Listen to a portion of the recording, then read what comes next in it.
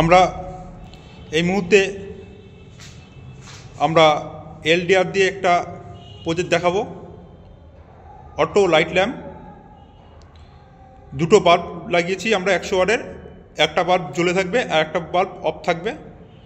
যেটা জ্বলে থাকবে যখন আমরা এলডিআরে ফোনের ফ্ল্যাশ লাইট মারব, তখন যেই বাল্বটা জ্বলে আছে সেটি অফ হয়ে যেটা অফ আছে সেই বাল্বটি জ্বলে উঠবে।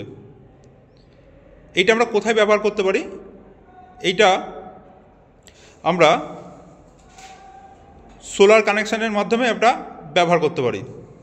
যে যখন সোলারে রোদ পড়বে তখন আমরা একটা লাইন ব্যবহার করবে, এবং সোলারে যখন রোদ চলে যাবে তখন ব্যাটারি হোক বা আদার্স ইলেকট্রিক লাইন বা জেনারেটর লাইন হোক, সেই লাইনটা চালু হয়ে যাবে। দেখো আমরা কীভাবে করেছি। আর একটা আছে অটো লাইট ল্যাম্প, যেটা হচ্ছে রাত হলে জ্বলে যায়, দিন হলে অফ হয়ে যায়। ঠিক এটা তার উল্টো কাজ করবে, কিন্তু আমরা দুটো লাইটকে আমরা একটা রিলের মাধ্যমে দেখিয়েছি। দেখো আমরা লাইন দিচ্ছি, দাও, একটা বাল্ব জ্বলছে। দেখো এদিকে আমরা এলডিআর লাইট মারবো। দেখো এলডিআর লাইট মারার সাথে সাথে এই বাল্বটা অফ হয়ে ওটা চালু হয়ে গেল। আবার মারো, হ্যাঁ দেখো, আবার মারো,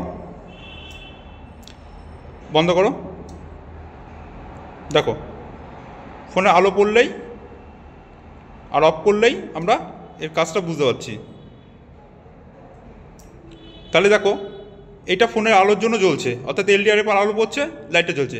এবার ফোনের ফ্ল্যাশ লাইটটা বন্ধ করে দেবো, দেখো এই লাইটটা জ্বলছে। তাহলে যে এইটাকে মনে করো আমরা ডাইরেক্টলি একটা ব্যাকআপে চলছে ধরে নিতে পারি।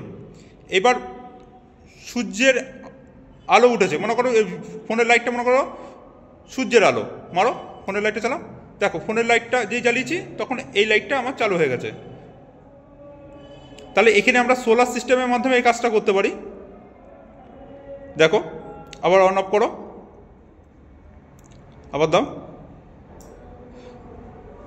দেখতে পাচ্ছ। আর একটা আছে অটো লাইট ল্যাম্প, যেটাতে দিনের বেলা অফ থাকবে, রাত্রেবেলা অন্ধকার হলে জ্বলে যাবে। সেই জিনিসটা আলাদা, আর এটা একটু আলাদা, একটু অন্যরকমভাবে, একই টাইপের একটু অন্যরকমভাবে চেঞ্জ করে করা হয়েছে এটা রিলেকে কাজে লাগিয়ে। সেটাও আমরা দেখাবো।